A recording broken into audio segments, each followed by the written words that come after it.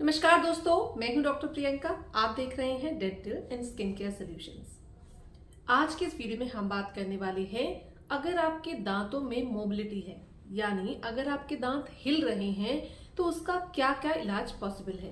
क्या घर में कुछ आप ऐसा कर सकते हैं जिनसे आप उन हिलते हुए दांतों को फिक्स कर सके। दांतों के हिलने के बहुत सारे कारण हो सकते हैं। बहुत सारी लोगों में बहुत सारे टाइप के गम इन्फेक्शन हो जाते हैं जिनकी वजह से दांतों में मोबिलिटी आ जाती है। अब दांत क्यों हिल रहे हैं, इसका सबसे बड़ा कारण होता है दांतों के आसपास जमा हुआ खाना, जो धीरे धीरे जमकर कैलकुलस बन जाता है। अब यहाँ पर मैं एक बहुत इंपॉर्टेंट पॉइंट आपको बताना चाहूंगी। 90% लोग ये शिकायत लेके आते हैं कि मैम हमारे दांत पहले बहुत टाइट थे, बिल्कुल नहीं हिल रहे थे, और जब हम डेंटिस्ट के पास गए उन्होंने हमारे दांतों की सफाई करी, उसके बाद हमारे दांत हिलने लग गए। तो ऐसा क्या रीजन हो गया जिससे आपके जो टाइट दांत जो आपको पहले मजबूत लग रहे थे अब वो आपको हिलते हुए फील हो रहे हैं? और क्या वाकई आपके डेंटिस्ट ने उसमें कुछ खराबी कर दी? ऐसा बिल्कुल नहीं है।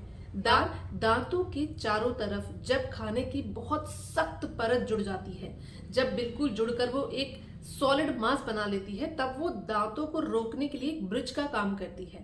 बहुत सारे लोग इसे सोचते हैं कि अभी हमारे दांत स्ट्रांग है और ये सिर्फ जो खाने की परत है ये ऊपर से चढ़ी है, लेकिन ऐसा बिल्कुल नहीं होता। अगर हम इसे शुरुआत से देखें तो सबसे पहले दांतों के चारों तरफ एक पतली हल्की खाने की परत जमा हुई होगी, जिससे गम में इन्फेक्शन हुआ होगा, गम इन्फ्लेम्ड हुआ होगा, सूजन आई होगी, खून निकला होगा, और धीरे धीरे जब हमने उसे नजरअंदाज कर दिया तो ये खाना जमते जमते एक सख्त सफेद परत में बदल गया, जिसे हम कैलकुलस कहते हैं। अब जितना ज्यादा कैलकुलस बढ़ता जाएगा उतने ही गम का लेवल, दांत के सराउंडिंग में हड्डी है उसका लेवल भी नीचे बैठता जाएगा। इसका मतलब भले ही आपको पता न चल रहा हो, लेकिन आपके दांतों के चारों तरफ की हड्डी बहुत नीचे बैठ गई है। सिर्फ कैलकुलस के जमा होने की वजह से अभी आपको अपने दांत हिलते हुए नहीं फील हो रहे, क्योंकि उसने एक स्प्लिंट का काम किया हुआ है। अब जब आप अपने डेंटिस्ट को विजिट करते हैं तो आपके डेंटिस्ट क्या करते हैं कि इस जमे हुए खाने को निकालते हैं। जैसे ही ये जमा हुआ खाना दांतों के बीच से निकल जाता है, अब आपको अपने दांतों का एक्चुअल स्टेटस पता चलता है, जिसमें आपको अपने दांतों के चारों तरफ की हड्डी नहीं महसूस होती और अब आपको दांत हिलते हुए नजर आते हैं।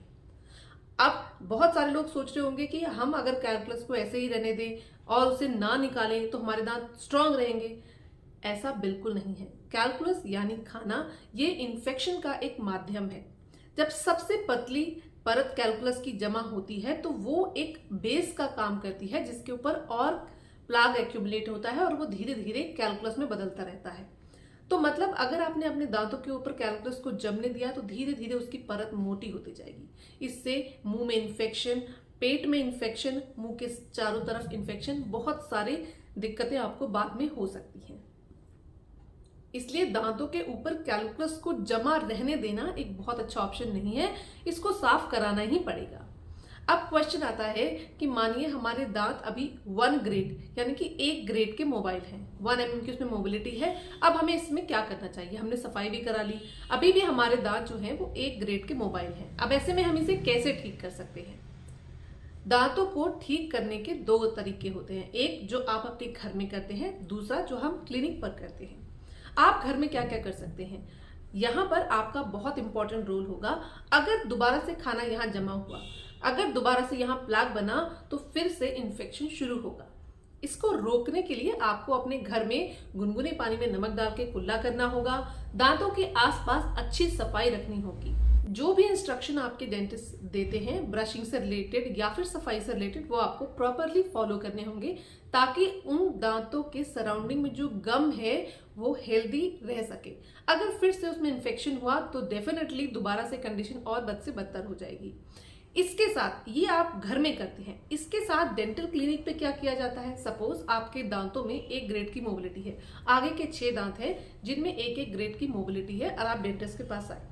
डेंटिस्ट आपके दांतों से खाना निकाल देंगे सबसे पहली, जिससे आपका इन्फेक्शन बढ़ेगा नहीं। दूसरी चीज, एक प्रोसेस होता है स्प्लिंटिंग। इसमें हम वायर के थ्रू आपके आगे के 6 दांतों को जोड़ देते हैं। एक वायर लेते हैं और सामने के सारे दांतों को एक मटेरियल के माध्यम से जोड़ देते हैं। अब आगे के 6 दांत जिनमें मोबिलिटी थी ग्रेड 1 की, उसको जोड़ दिया और स्प्लिंट कर दिया।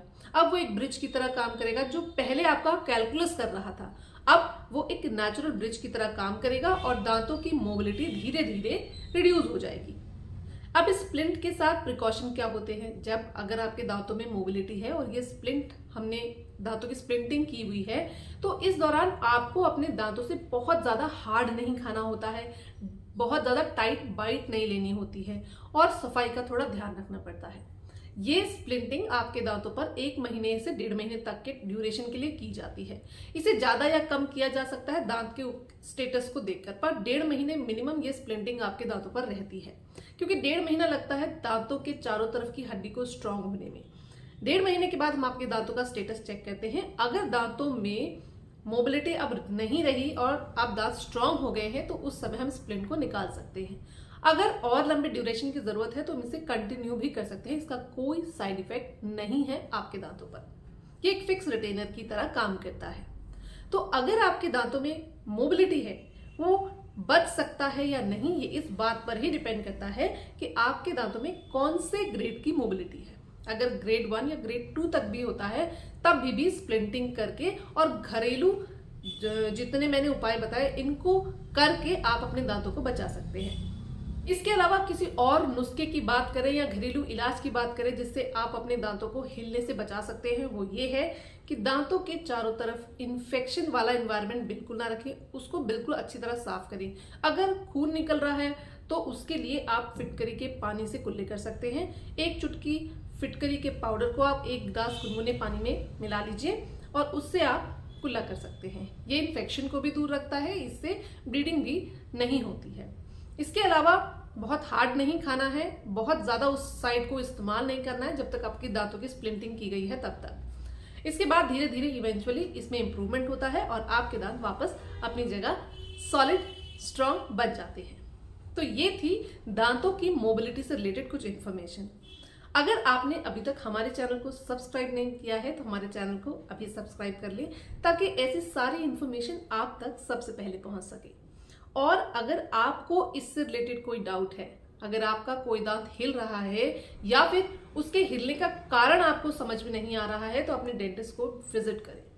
अपने आप से कुछ और अपने दांतों के ऊपर ट्राई ना करें, कुछ भी एक्स्ट्रा मटेरियल, कुछ भी एसिड या किसी और चीज से उन दांतों के ऊपर कोई एक्सपेरिमेंट ना करें, उससे दांतों की कंडीशन और खराब हो सकती है। अगर आपको हमारा ये वीडियो पसंद आया हो तो वीडियो को लाइक, सब्सक्राइब करना और कमेंट करना बिल्कुल ना भूलें। मिलते हैं अगले वीडियो में, तब तक के लिए बाय बाय, टेक केयर।